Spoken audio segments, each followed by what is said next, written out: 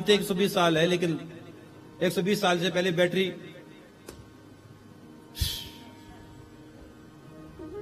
खत्म, अब चार्ज नहीं है बैटरी है?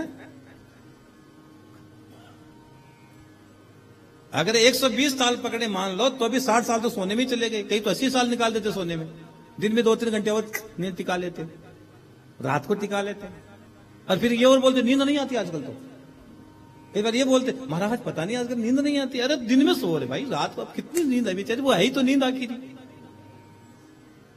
कम सो,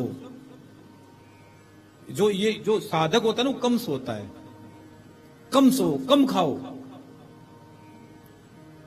भजन कम करो। भजन कम कब होगा तुम्हारा? जब भोजन ज्यादा हो जाएगा। जिस दिन तुम ज्यादा खा लोगे उस दिन तुम्हारा भजन कम होगा, और जिस दिन तुम कम खाओगे उस दिन भजन बढ़ेगा। ये प्रैक्टिकल करके देख लेना। और भजन केवल आत्मा को संतुष्ट करना तो भजन के द्वारा संतुष्ट किया जा सकता है।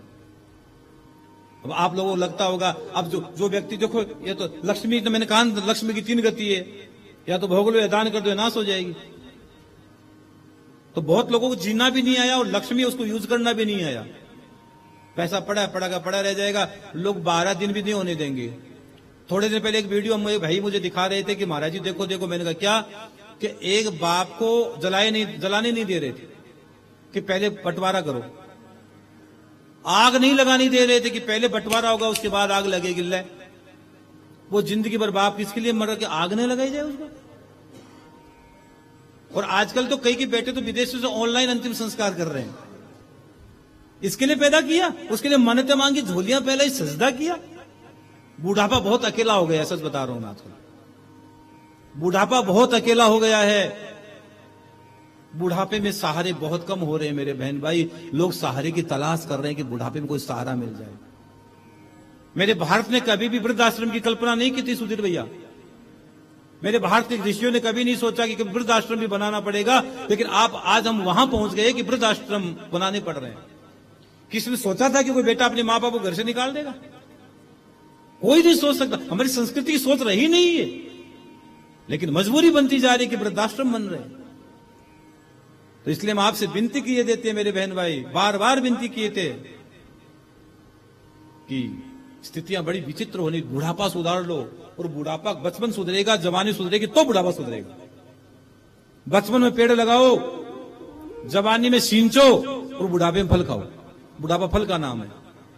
अब कई लोग कहते हैं महाराज जी बुढ़ापे में भजन होगा। बुढ़ापे में भजन होता ही नहीं है, ये फालतू की बात है। एक 90 साल की डोकरी मेरे पास है कि महाराज जी गुरु दीक्षा दे दो। मैंने कहा क्या जरूरत है तेरे को? अब 90 साल की, तेरे को जरूरत क्या गुरु दीक्षा की, ये बता मेरे को। कि गुरु जी जरूरत तो इसलिए है कि कथा में सुनती हूँ कि गुरु के बगैर मुक्ति नहीं है। मैंने कहा ऐसी मुक्ति हो जाएगी तेरे को, जा कि गुरु जी दे दो आप तो गुरु दीक्षा, क्या आप मुझे नहीं दोगे? मैंने कहा किस लिए तू गुरु दीक्षा? कि इसलिए चाहती हूं कि मेरी मुक्ति हो जाए। तो मैंने कहा 90 साल सो रही थी, 90 साल की हो गई, तूने अभी तक गुरु नाम धारण नहीं किया, अब तू कब जाप करेगी? मुंह में दांत नहीं, पेट में आंत नहीं है? मुंह में तो दांत नहीं, पेट में आंत नहीं, अब काय का भजन है? इसलिए ध्रुव ने 5 वर्ष में परमात्मा को पाया, भक्त प्रहलाद ने परमात्मा को सहज पाया। इसलिए हम बारंबार कहते बच्चों को दीक्षा जल्दी दिलाओ। जवानी में भजन करो जितना कर रहे, बुढ़ापे में करना ही नहीं पड़ेगा। रात को सो के अपने आप राम राम राम राम निकलेगा। अंतिम स्थिति क्या होती है? अजपा जाप होता है। फिर जाप करने की जरूरत नहीं होती है, न ये माला की जरूरत होती है, न सुमिरन की जरूरत होती है। अपने आप राम, रात को सोते सोते राम राम राम राम राम राम राम राम राम अपने आप निकलता है।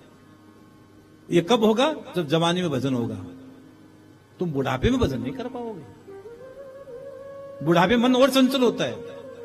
जैसे बच्चे का मन चंचल होता है, मुझे चॉकलेट चाहिए, तो बुढ़ापे में आदमी जिद्दी होता है। बुढ़ापे में आदमी और जिद्दी होता है। उनका मन में वो फिर उनके मन में मेरे ये नहीं किया, ये जो छोटा बच्चा नहीं कहता मुझे ये चाहिए, मुझे नहीं दिलाया, रोने लगता है। इसी तरह बुढ़ापा होता है। बुढ़ापा पुनर्जन्म, पुनर्बचपन है। दूसरा बचपन का नाम बुढ़ापा है।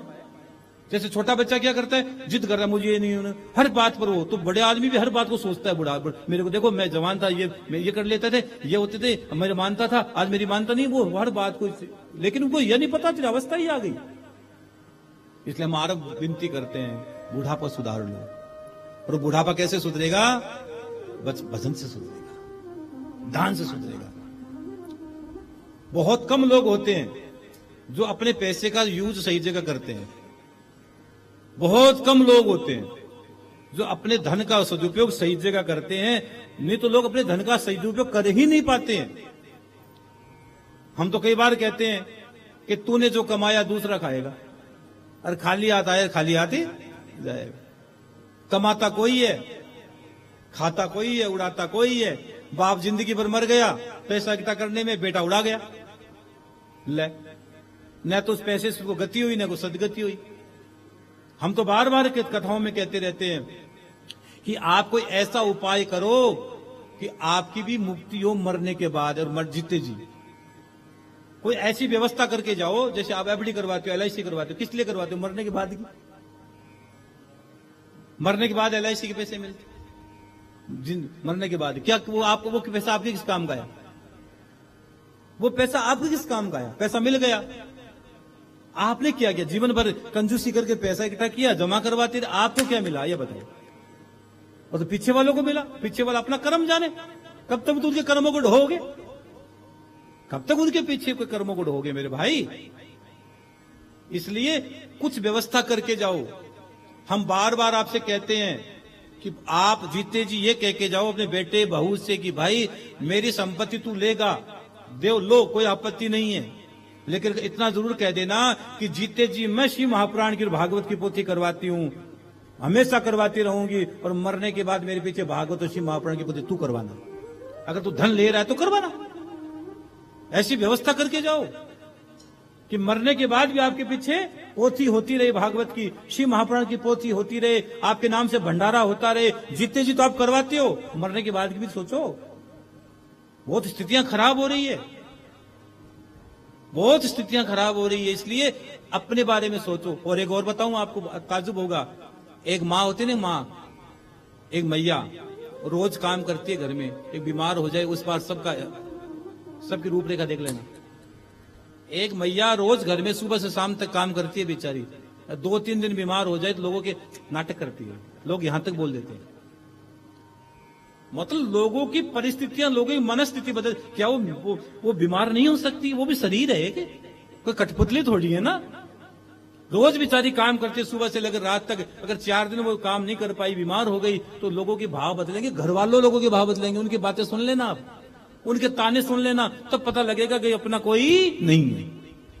4 दिन तुम क्या घर बैठ गए, 2 दिन तुम क्या घर बैठ गए, 2 दिन तुम क्या बीमार हो गए, लोगों की बातें बदल जाती है। अपने लोगों की, जिसको दूध पिलाया उन्हीं लोगों की बातें बदल जाती है।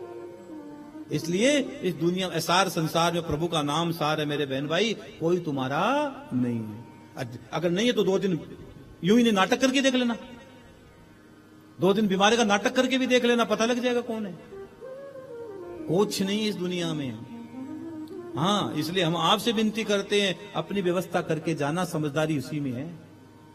ऐसी व्यवस्था कर जाओ कि कोई किसी के अधीन मत रहो, किसी के गुलाम मत रहो। हम शिव के हैं और शिव के ही रहेंगे। जीते जी भागवत की पोथी कराओ, शिव महापुराण की पोथी कराओ, अपने लिए कराओ, कि कथा दोनों स्थिति में मुक्त करती है। अपने लिए भागवत कराओ, शिव महापुराण कराओ, और मरने के बाद आपके पीछे जो धन खाए उसको बोल के जाओ कि भैया मेरे पीछे करवाना। अरे बहुत सारे लोगों ने तो पता क्या कर रखा है, अब क्या बताएं, जाने दो। आप बोलोगे महाराज जी क्या बोलते हो? कई संतों ने तो, संतों के यहाँ कई लोग कि भैया ये मेरी 2 रोटी, हमेशा 2 रोटी की, जिंदगी भर 2 रोटी, इतना पैसा मैंने जमा करवा दिया, जीवन भर मेरे संतों को 2 रोटी का प्रसाद जाना चाहिए। हाँ, बहुत से लोगों ने कर रखी है संतों ने व्यवस्था, ताकि आपके मरने के बाद ही उसी जो मान ली एफडी करवाई, उस एफडी के जो ब्याज बनता है, उस ब्याज से रोज आपकी रोटी बनती रहेगी, रोज संतों को रोज भोजन होता रहेगा।